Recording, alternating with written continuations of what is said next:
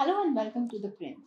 I'm Yuthika Bhargava, and today we are in conversation with KV Subramanian, who is our former CEA. Currently, he is Executive Director at the IMF. He has written a book, India at 100, where he has talked about his vision and his expectations for growth of Indian economy. We will discuss with him why he thinks that India can be a $55 trillion economy by 2047 and what are the ways in which India can achieve it. Welcome, sir. My pleasure, Yuthika. Sir, to start with, can you give us a little preview about the book Yeah, and what is your vision? Just a wide preview. yeah. So I'm predicting India to be a $55 trillion economy in 2047 if we can redouble on the good economic policies that we've implemented over the last 10 years so that we can grow at 8% in real terms per annum. Now, this will seem audacious to a lot of viewers. Let me give you the perspective. Let's take the $26 trillion prediction that Ernst & Young has made. The important difference between their prediction and mine is the rate of depreciation of the rupee vis-a-vis the dollar, and taking into account some of the important macroeconomic phenomena that actually are at play. So conceptually, if we think about the rate of depreciation in nominal terms, that depends on the rate of inflation, the difference in inflation. Because we're talking about the rupee dollar, it depends on the difference between the inflation in India vis-a-vis that in the United States. Historically, India's inflation up until 2016 has been more than 7%. And as a result, the rupee has depreciated on average between 3 to 3.5%. But since 2016, India's inflation is 5% on average. And 2016, that is because of the implementation of the inflation targeting framework, which requires RBI to keep inflation between 4% plus minus 2%.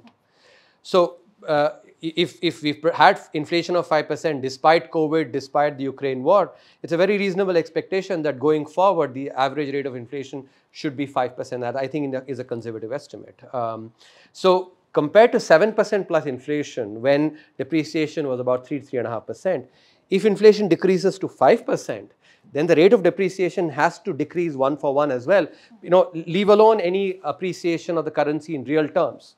Just the difference in inflation will mean lower, depreciation.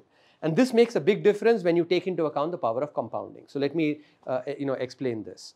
For this, it's important to understand what is called this rule of 72, which tells you the number of years it takes to double your money, depending on the rate of, rate of growth. So, if, for instance, money grows at 10%, then every 7 years the money will double. If, on the other hand, money grows at only at 7%, then it will double every 10 years. 72 divided by 7 versus 72 divided by 10. Now let's use this to understand the $26 trillion prediction by Ernst & Young, and that by, in my book. If India grows at 7% in real terms and inflation is 5%, that is 12% in nominal terms, 7 plus 5 is 12. But assume that the rate of depreciation has been what has been historically, let's take it to be 3%. Because depreciation reduces the value in dollar terms vis-a-vis the rupee, you have to subtract that 3%. So 12 minus 3 is 9%. And using the rule of 72, 72 divided by 9 is 8. So money or GDP doubles every 8 years. Now from 2023 to 2047 is a 24-year period. 24 divided by 8 is 3. So there will be 3 doublings. In 2023, India's GDP was 3.28 trillion. Let's round it off to 3.25 so that the calculation is easier. 3 doublings then translates into 3.25 to 6.5, 6.5 to 13, 13 to 26. But the same economics, if we actually do it by accounting for the fact that the inflation targeting regime has been put in place, and therefore the rate of depreciation actually of the currency will be lower, at least 2% lower. So assume depreciation to be 1%. Then the economics is very different. Let's take 8% growth, as I said earlier, 5% inflation, that's 13% in nominal rupee terms. Subtract the 1% rate of depreciation, that gives you 12% in dollar terms. Again, use the rule of 72. 72 divided by 12 is 6. So GDP now doubles every 6 years. That 24-year period now, 24 divided by 6 is 4, not 3.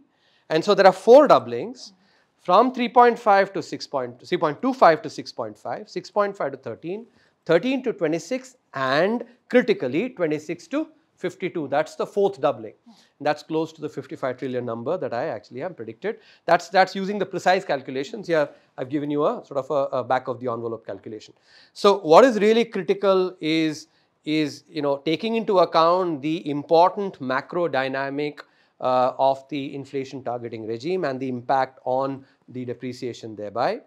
At the same time also the growth rate itself being 8% going forward from now on till 2047. But sir, here you have talked about why this could happen. But have you also, like, what are the things that could curtail this? Correct. And we won't be able to reach? Correct. So those are the risk factors. And whenever one makes some prediction, one can make based on past data plus good conceptual understanding. But it remains a fact that there could be potential headwinds and potential tailwinds as well, and which is something that will lead to other scenarios. So in the book, I have also depicted other scenarios. If we don't grow at 8%, we grow at 7%, then we'll be close to a $40 trillion economy. If you grow at 6%, only 6%, then we'll be close to a $30 trillion economy. So some of these headwinds actually will manifest as lower growth rates over this period. Now let me speak about the economics behind the 8% growth that I think is definitely possible. It's achievable, but it's ambitious. Number one, the Indian economy is still very informal. Anywhere between 2/3 to 3/4 of the economy is still informal. And this is a fact that economists and all of us, those who work in markets as well, definitely acknowledge that the productivity in the informal sector is significantly lower than in the formal sector. So through the public digital infrastructure that has been put in place, through the formalization that is already happening and will accelerate through the use of this digital infrastructure, there will be more formalization which will lead to productivity improvements. That's the first and the most important driver. But a second crucial driver also is the productivity improvement among formal sector firms itself. These formal sector firms in India are still not as productive as the firms abroad, or some of the American or maybe the German firms, some of the G7 firms in the G7 economies, and they also can catch up, and they will catch up, and that will also lead to productivity improvements. Eventually, growth is about investment and productivity improvements. So these two key drivers will actually enable productivity improvements. In particular, I must also mention some of the important changes that have happened on innovation and entrepreneurship in the last decade or so, make me optimistic about these productivity improvements indeed manifesting. If you look at entrepreneurship from 2004 to 2014, new firm creation grew only at 3.2%. In contrast, new firm creation has grown at orders of magnitude higher, at more than 200% from 2014 onwards. And entrepreneurship, we know, it basically leads to creative destruction, where new firms bring new ideas and thereby improve productivity. But at the same time, they also actually push the existing incumbent firms to also improve productivity, because they, in order to remain in business, they have to compete with these new ideas as well. Secondly, if you look at innovation, for the first time in 2019, India entered the top 50 innovative countries in the world. And now, in fact, India is in the top 40 innovative countries. So the combination of innovation and entrepreneurship can lead to productivity improvements both in the formal sector and in the informal sector, and thereby lead to 8% growth. One more angle with which we can look at this is, if you look at sort of across the globe, let's take China. In 2007, China's GDP per capita was almost identical to what is our GDP per capita today. In other words, in terms of the the growth of the economy, they were at a very similar stage to what we are today. And if you track the data from 2007 onwards for China, China grew at close to double digit, at close to 8%, from 2007 onwards. Now, how did they do that? They actually did that by using very good policy to enable investment and also export growth. So the lesson that we need to learn from China is that good economic policies can indeed help your domestic engines to actually deliver growth. And that period from 2007 is important because that, over the period since then, there's been the global financial crisis, there's been COVID, there's been the Ukraine war, each of which have had impact on global demand. So if China can indeed, through good policies, can get over some of these headwinds that were caused in the global economy, I think through similarly good policies we can grow as well. As I already mentioned, actually through many of the productivity improvements that I talked about. In the book, you have talked about policies, and you have talked about that the focus should be on India-specific policy. Yes. Policies that suit India. So, yes. What would your suggestions be? What are these policies that would particularly suit India? So there are many examples. If we take, and in the preface to the book, I have given two examples, two contrasting ones. One which is a successful one, another which actually is something that we need to improve upon. If we take the successful one, the way we, India during COVID implemented economic policies that were actually a good mix of supply and demand, while the rest of the world implemented primarily demand side policies. And that is because we identified the crisis correctly as both a demand and a supply side shock, and also took into account the differences in the Indian economy vis-a-vis the rest of the world. In particular, the fact that in a country like India, emerging economy, oftentimes supply side frictions are far more salient. And therefore, if you do the same percentage of GDP stimulus on the demand side, you will get much higher inflation, like it happened during the global financial crisis. These are the kind of nuances actually that is very important to keep in mind. Let me also give you the contrasting example. Take a look at our fiscal policy, for instance. If you look at the FRBM Act, some of the changes that happened, pre-COVID necessitated the fiscal deficit to be less than 3% of GDP, debt to GDP ratio to be less than 66%. If you go and now sort of try and understand where these numbers come from, they come from the Maastricht Treaty, which was actually a political document to enable a monetary union, therefore coordination of fiscal policies. And for a advanced economy like Europe, which already had created a lot of infrastructure, so the sovereign did not need to invest as much in creating infrastructure, and whose growth potential actually was way below that of India. So this is an example where the policy was not incorporating enough of the differences for India, something that we covered in good detail in the 2021 economic survey. So these are two examples. But the important learning that I want to lay out for our policymakers is that it is important to think deeply using fundamental economic principles, and that is what the example, COVID, for instance, is a good illustration. But at the same time, we should also be thinking about the differences in economic conditions, what economists think about as boundary conditions. So just because India's Indian economy is different doesn't mean that we sacrifice deep thinking, just cut paste. But at the same time, just because the principles basically are what they are, we can't just cut paste either. So it's a combination of deep thinking and accounting for the differences in the economic conditions. These, in my opinion, are incredibly important. As judicial reform has been covered in the economic survey, let me emphasize bureaucratic reform. So in the book, I use this anecdote. In 2014, none other than Bill Gates had a chess match with Magnus Carlsen, the world chess champion. And Bill Gates, he's incredibly accomplished, incredibly capable. but lost to Magnus Carlsen in just 80 seconds. 80 seconds. I mean, I'm sure all of us have played chess. Losing a chess match in 80 seconds actually is something that all of you can think about. Now, what does that illustrate? In chess, Magnus Carlsen is a specialist. For all his capabilities, in software and other areas, Bill Gates is a generalist in chess. And this illustrated how Magnus Carlsen, the specialist, made mincemeat of the generalist. And given the kind of global economy that we have, and India integrating into this economy over the last last decades, it is really important for India to emphasize specialization.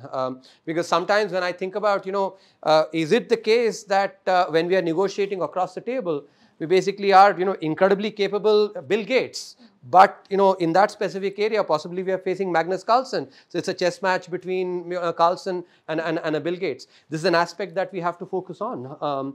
And I think emphasizing specialization is therefore incredibly important. And I've actually laid out some very important, all the measures, policies, changes that need to be brought in order to enable specialization in our bureaucracy. Before we close this, one last question that I would like to get in is on, you have also talked about inequality in the book, how to balance growth with redistribution of Yes. wealth. Yes. So in Indian context, where do you see we currently stand, and how do we achieve that balance? Yeah. So this is another example of us being careful. India needs to be careful to not cut paste narratives that prevail in the advanced economies.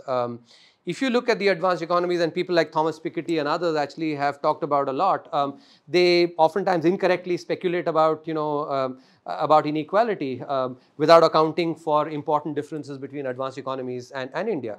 And that is something that was shown in the 2021 economic survey, and shown it here as well.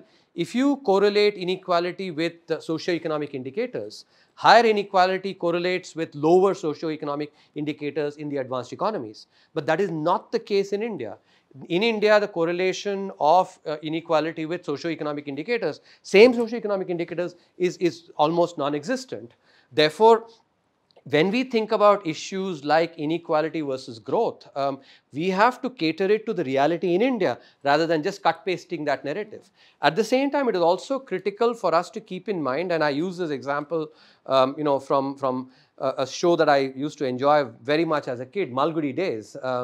In that Swami, who's the main character, in a particular episode, runs to his mother saying that although I got 100 out of 100 in mathematics, the principal took 20 marks away from me and gave it to Shankar, who had gotten only 60, to equalize our marks. And then he says, so I'm not going to study for mathematics anymore, because anyway 20 marks is going to be taken away. What is the point of me working hard to get 100? Shankar at the same time runs very happily and says, I don't have to study mathematics anymore, because anyway I'm going to get 20 marks, and so I'll anyway do well. So this is an example that illustrates actually how, incentives can be impacted. And I think this is a very important aspect whenever, when some of the demagoguery happens on inequality. I think these aspects, one, not cut pasting from what is happening in the advanced economies. Number two, also conceptually thinking about this aspect. Both of these are really critical. And therefore, this, while in the advanced economies there is a tension between growth and inequality, that tension is not necessarily as salient in India, and therefore we need to focus on growth. And we also, that's also shown very clearly in the book, that it is growth that has led to significant poverty reduction. And I think if you look at the data, the latest consumption survey shows as well, from in the last 10 years, poverty has declined significantly, whether you use the $1.9 per capita per day line, or the $3.2 or 3.5, either of those, poverty has reduced significantly because of high growth.